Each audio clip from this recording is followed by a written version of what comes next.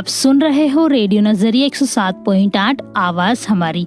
नमस्कार, मैं हूं आपकी दोस्त टिम्पल और आप सुन रहे हैं हमारा खास कार्यक्रम सुनो मुझे, एक मंच जहां हर आवाज सुनी जाती है जिसे अक्सर अनसुना कर दिया जाता है।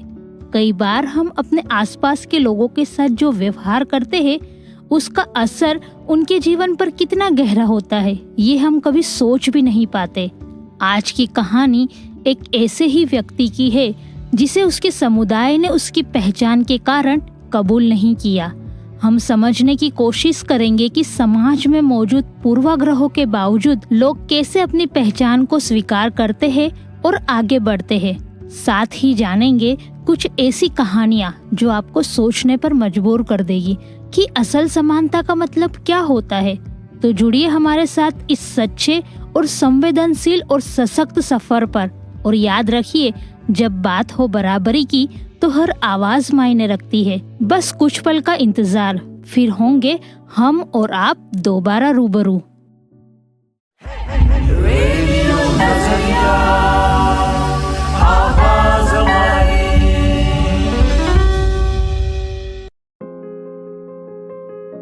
नमस्कार दोस्तों, आप सुन रहे हो रेडियो नजरिया 107.8 आवाज हमारी और मैं हूं आपकी दोस्त डिम्पल।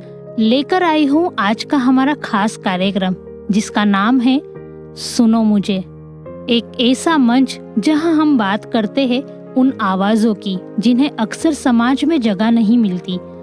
आज का एपिसोड एक बेहद जरूरी और संवेदनशील विषय को सामने लाने की कोशिश है।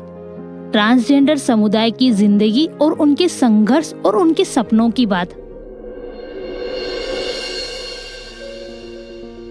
ट्रांसजेंडर समुदाय एक विविध और महत्वपूर्ण समुदाय है जो समाज में अपनी पहचान और अधिकारों के लिए संघर्ष कर रहा है। ट्रांसजेंडर व्यक्ति वे होते हैं जिनकी जेंडर पहचान उस जेंडर से अलग होती है जो उनके जन्म के समय निर्धारित किया गया था। ये पहचान शारीरिक लक्षणों और जेंडर को लेकर समाज द्वारा निर्धारित रूढ़ियों से भिन्न हो सकती है। ट्रांसजेंडर व्यक्तियों को समान अधिकारों के लिए संघर्ष करना होता है, जैसे कि शिक्षा, रोजगार, स्वास्थ्य सेवाएं और कानूनी पहचान में समानता। दुनिया भर में कई आंदोलन और संगठन इस दिशा में काम कर रहे हैं ताकि ट्रांसजेंडर व्यक्तियों को समाज में समानता और सम्मान मिल सके। दुनिया के हर कोने में LGBTQ लोग हैं। यह कोई बीमारी या पाप नहीं है, बल्कि जैविक और प्राकृतिक विविधता का हिस्सा है। सोशली कंस्ट्रक्टेड बॉक्सेस में हम फिट नहीं होते हैं और मैं थोड़ा अलग हूँ, तो बहुत कुछ हुआ है। मेरा हाउस अरेस्ट हुआ है और फिजिकली मुझे हरास किया गया है, बहुत ही मारे हैं, पीटे हैं। उसके बाद हॉस्पिटल्स लेके गए हैं मेंटल शॉक ट्रीटमेंट्स के लिए। हमारे साथ स्टूडियो में मौजूद है एक खास मेहमान जिनका नाम है अनिल उर्फ सावित्री, जो न सिर्फ ट्रांसजेंडर समुदाय की एक मजबूत आवाज है बल्कि एक प्रेरणा का स्रोत भी है। ये एक सामाजिक काम से जुड़े हैं और अपनी कहानी के जरिए कई जिंदगियों को छू चुके हैं। तो चलिए शुरुआत करते हैं वहीं से जहां से आपकी पहचान बनी। हमें बताइए, आपकी यात्रा कहां से शुरू हुई और आपको किन प्रकार की समस्याओं का सामना करना पड़ा। मेरा नाम अनिल है, मैं हैदराबाद से हूँ। मैं एक जेंडर नॉन कन्फर्मिंग ट्रांसजेंडर जैसा आइडेंटिफाई करता हूँ अपने आप को, और मैं एक IT एम्प्लॉय हूँ। एक संस्था चलाता हूँ यहाँ पे तेलंगाना में, जो संस्था का नाम है मोबेरा फाउंडेशन, जो LGBTQIA+ कम्युनिटी के लिए काम करता है। एम्प्लॉयमेंट के लिए है, फिजिकल हेल्थ, मेंटल हेल्थ और अपस्किलिंग के लिए, और बहुत सारी कल्चरल एक्टिविटीज जो हमारे समुदाय के मेंबर्स जो है, जो बाकी जगह पे जो डांस या अपना आर्ट फॉर्म को दिखा नहीं पाते हैं, उनको हम एक स्पेस देते हैं जहाँ पे अपने आप को, अपना आर्ट फॉर्म को दिखा सकते। तो आप काम तो वैसे वो काफी सारी जगह पर करते हो और काफी अच्छा काम करते हो, तो थोड़ा अगर हम आपकी पीछे की लाइफ में अगर हम जाए तो बचपन के बारे में बताइए, आपका बचपन कैसा रहा, आपको कब पता चला? मेरा बचपन तो बहुत ही अच्छा था। मतलब मेरा पेरेंट्स ने बहुत कुछ मेरे को दिया है, बचपन में जो चाहिए वो दिए थे,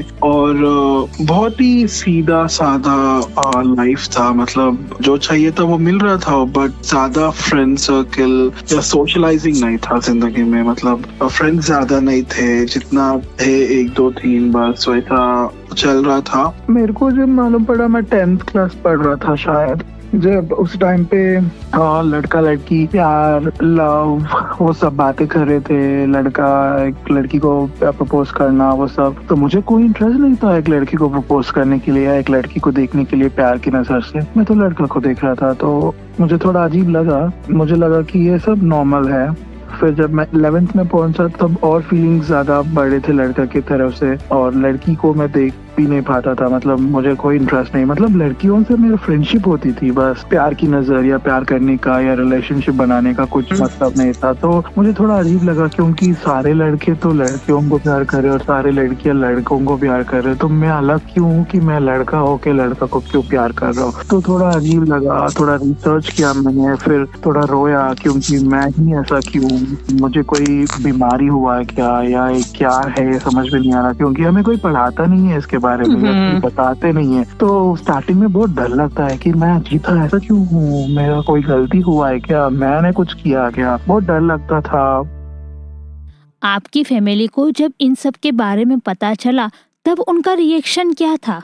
फिजिकली मुझे हरास किया गया है, बहुत ही मारे हैं, पीटे हैं। उसके बाद हॉस्पिटल्स लेके गए हैं मेंटल शॉक ट्रीटमेंट्स के लिए। शॉक ट्रीटमेंट्स के बाद साइकियाट्रिस्ट हॉस्पिटल में एडमिट करके एक बॉन्ड साइन करने के लिए बोले थे कि ये शॉक ट्रीटमेंट्स और जो भी ट्रीटमेंट होगा मेरा जेंडर आइडेंटिटी को लेके, उसके बाद अगर मैं मर जाऊंगा तो हॉस्पिटल मैनेजमेंट जिम्मेदारी नहीं है। और मैं घर वापस आके, उस दिन रात को डीमोनेटाइजेशन चल रहा था उस टाइम पे, रात को मैं घर में आने के बाद, सब सोने के बाद, रात को 1 बजे मैं घर से निकला हूँ, सिर्फ एक शॉर्ट और एक टी शर्ट और स्लीपर्स पहन के, और कोई कैश भी नहीं था साथ में। तो उस रात को जब निकला हूँ, अभी ऑलमोस्ट 8 इयर्स या 9 इयर्स होने को है, मैं उस घर में वापस नहीं गया हूँ। मेरा सवाल ये है कि जब आपने बोला कि आप रात को घर छोड़ दिया था आपने,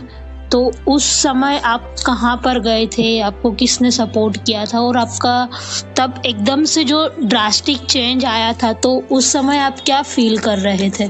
मेरा जो पार्टनर है उनका रूम में चला गया था मैं। रात को हम बहुत डरे हुए थे, दोनों एक दूसरे का हाथ पकड़ के बस प्रे कर रहे थे कि जल्दी सुबह हो जाए ताकि हम किसी का मदद लेके हम सेफ जगह पे रहे। और सुबह होते ही हमारे यहाँ पे एक हमारी कम्युनिटी के मदर है जो वैजयंती है उनका नाम, वो लॉ के लिए काम करती है, अपना ह्यूमन राइट्स के लिए। तो उनके मदद लिए थे और उनके मदद से हम लोग तेलंगाना हाई कोर्ट में पिटीशन डाले हैं। पिटीशन डाल के हम लोग प्रोटेक्शन लिए हैं पुलिस का, और बस सेफ जगह पे रहे हैं। मुझे समझ में नहीं आ रहा था, मैं डिप्रेशन में गया था। मुझे 4-5 साल बहुत दौरे पड़ते थे, रात को एंजाइटी इश्यूज होते थे, मेरा वाले ही ऐसे हो गया तो मैं किसके पास जाके अपना दो कहानियां सुनाऊं या कुछ, मुझे अजीब लग रहा था मैं बोलूं। बहुत ही छोटा उम्र था तो एक्चुअली समझ में नहीं आ रहा था। बहुत सारे टाइम पे तो सुसाइड करने का बहुत ये भी हुआ था, और मैंने अपने हाथ ऑलमोस्ट 6 to 7 टाइम्स भी काटा था। यही होता है कि बचपन में हमें सिखाया नहीं जाता है कि इतना झेलना पड़े, तो अचानक से झेलना पड़े तो समझ में नहीं आता कि इंसान कहाँ जाए। तो हम सोचे हैं कि हम एक संस्था चलाए, उसके लिए हमारे समुदाय के लिए जो अपना हक के लिए लड़े, अपना हक के लिए आवाज उठाए। तो वही पिछले 9 साल से हम ये संस्था चला रहे हैं, उसके कारण कि कहीं ना कहीं हमारे समुदाय के लोगों को कुछ ना कुछ मदद हुए। इन सब परिस्थितियों के बीच कभी आपको ख्याल आया कि आपको आपके माता पिता से मिलना चाहिए? बीच में एक बार मिलने गया था, क्योंकि मेरा मम्मी का तबीयत अच्छा नहीं है बोल के, बट उस टाइम पे मेरे को 2 बार मेरे ऊपर मर्डर अटेम्प्ट हुआ है।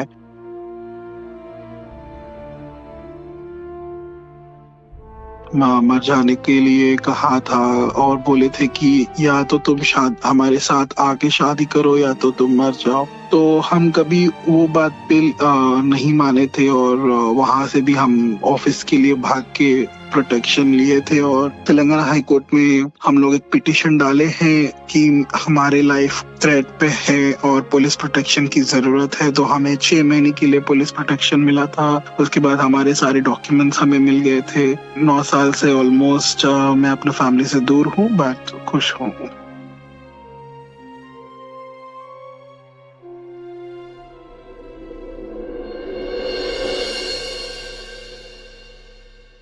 आपने हमारे साथ अपना अनुभव साझा करने के लिए समय निकाला और अपने जैसे अन्य लोगों को अपने सच के साथ जीने के लिए प्रेरित किया, उसके लिए आपका बहुत बहुत शुक्रिया। तो अनिल जी, आपकी संस्था के बारे में और बताइए। हम लोग शुरू किए थे कम्युनिटी के लिए, कम्युनिटी के काम के लिए। अभी तो हम बहुत लोगों को आईटी कंपनीज में या बीपीओ या सर्विस सेक्टर्स में या एविएशन सेक्टर्स में, होटल इंडस्ट्री में ऑलमोस्ट लास्ट 2 इयर्स में हम 300 लोगों को जॉब्स दिलाए थे कंपनीज में। तो मैं ये दिखाना चाहता हूँ एलजीबीटी कम्युनिटी सिर्फ सेक्स वर्क या बेगिंग या स्ट्रीट में पैसे पूछना, गे होके या कुछ लड़कों के ऊपर सेक्सुअली ये करना या ट्रांसजेंडर होके सिर्फ बेगिंग करना, वो नहीं। हम बहुत कुछ कर सकते हैं। इसीलिए अभी तेलंगाना में लास्ट ईयर जेंडर डॉक्टर्स बने हैं। 44 ट्रैफिक वॉलंटियर्स जो ट्रांसजेंडर के समुदाय से बने हैं। तेलंगाना गवर्नमेंट ने ट्रैफिक वॉलंटियर्स, ट्रैफिक पुलिस जैसा रिक्रूट किए हैं। तो हमारा ये है कि ये 44 मेंबर्स से दोबारा दूसरा नेक्स्ट कमिंग ईयर्स में 44,000 होना चाहिए, ताकि सब कोई एक डिग्निटी ऑफ लाइफ जिए, सब कोई अपना हक के लिए लड़ने की कोई जरूरत नहीं है, क्योंकि हमें आजाद होके 75 इयर्स हो गया है इस देश में, बट हमें अपना बेसिक ह्यूमन राइट्स नहीं मिले हैं, जो पढ़ने के लिए बेसिक ह्यूमन राइट है। अब तो वो मैं ही चाहता हूँ कि अगले वाला जनरेशन अपना बेसिक हक के लिए इस देश में लड़ने की कोई जरूरत नहीं है। अपना बेसिक हक के लिए इस देश में रोड पे आने की कोई जरूरत नहीं होना चाहिए। तो मेरा संस्था का यही गोल है कि आगे जाके हम हर चीज में, हर सर्विस सेक्टर में हम आगे बढ़े। जो हमारे ऊपर जो बदनाम की नाम है कि हम ऐसे ही है या ऐसा कुछ करते हैं, हमारे वजह से ये होता है, हमारी ये वजह से वो होता है, तो हम वो सब स्टीरियोटाइप्स जो बने हैं उसको ब्रेक करके हम आगे बढ़ना चाहते हैं। अभी है, बट सिर्फ हाथ में जितने फिंगर्स है उतने में ही काउंट कर सकते हैं जो आगे बढ़ रहे हैं। बट मैं ये चाहता हूँ कि हमारे समुदाय से हर कोई एक सक्सेसफुल पर्सन रहे, डिग्निटी ऑफ लाइफ जिए, और इज्जत शायद तुम एक्सपेक्ट करते हो तो वो इज्जत एक्सपेक्ट करने के लिए भी तुम्हें कुछ करना पड़ेगा। कि हम कुछ कंप्लेंट करें तो हमें वैसे ही एक लड़की कंप्लेंट करे तो इज्जत से कैसे बात करते हैं, वही इज्जत हमें भी दे। तो वही करने के लिए हमारा संस्था आगे देख रही है।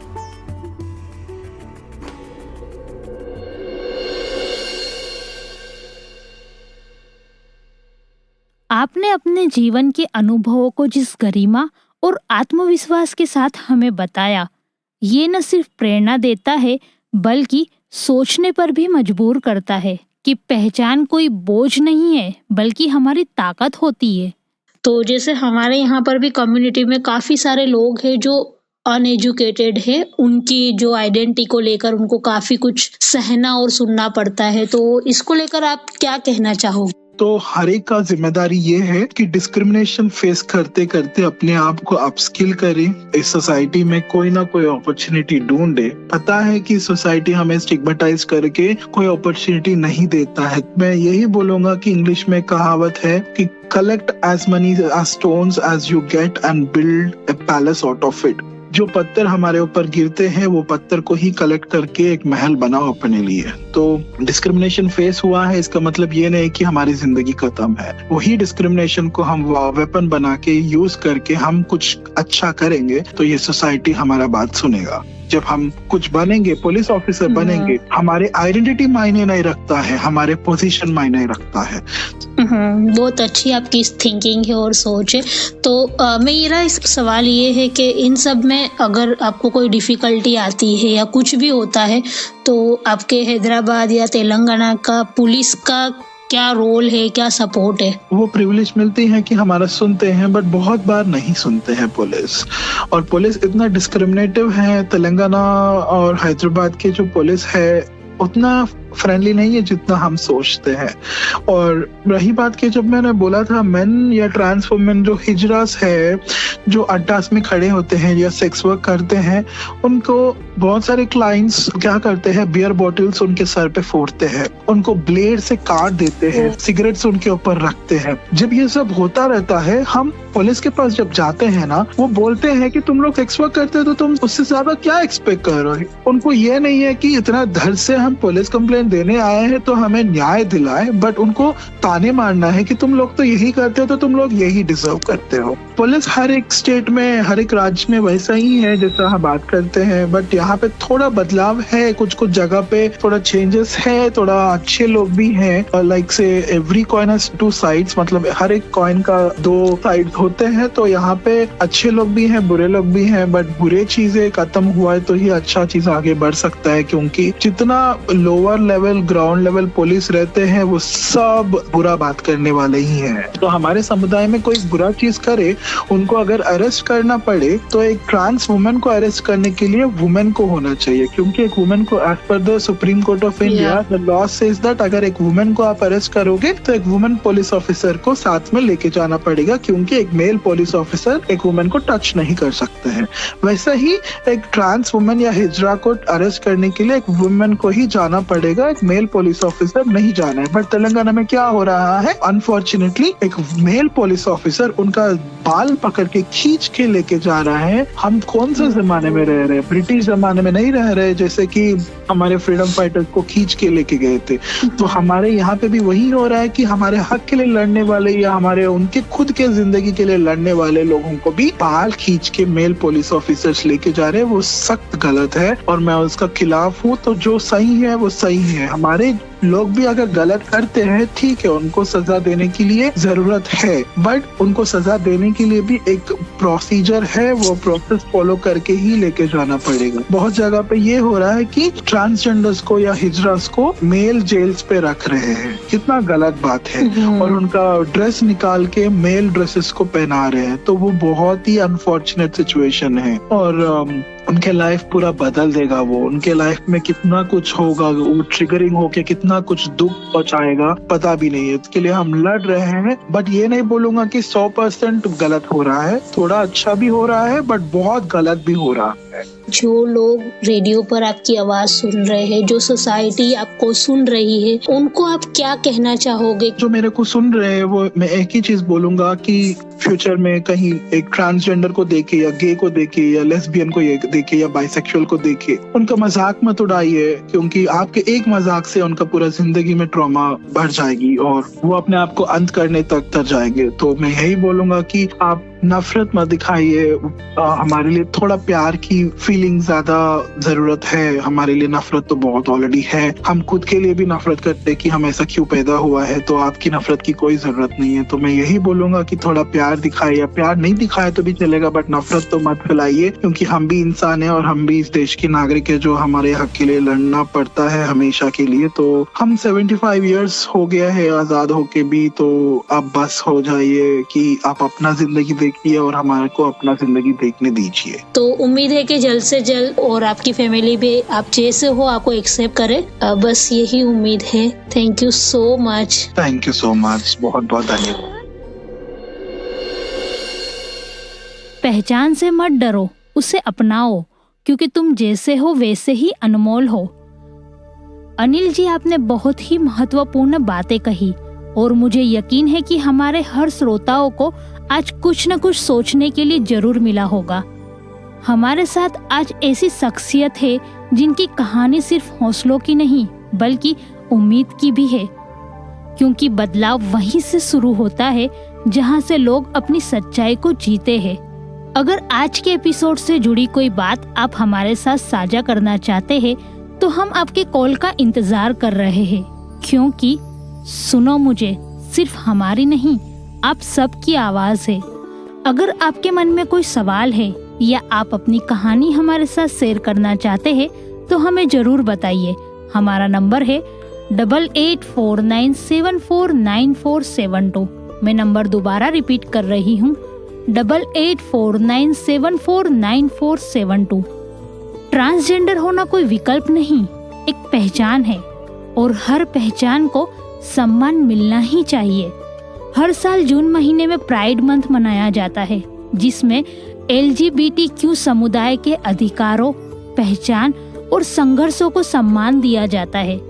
भारत में 2018 में सुप्रीम कोर्ट ने धारा 377 को रद्द कर दिया, जिससे समलैंगिक संबंध अब अपराध नहीं है। हालांकि सामाजिक स्वीकृति अभी चुनौती बनी हुई है। फिलहाल के लिए मैं डिम्पल लेती हूँ आपसे विदाई। अगली बार फिर मिलेंगे एक सच्ची, जरूरी और असरदार कहानी के साथ। तब तक के लिए याद रखिए, हर आवाज की अपनी पहचान होती है और हर पहचान सम्मान के काबिल होती है। सुनते रहिए रेडियो नजरिया 107.8 आवाज हमारी।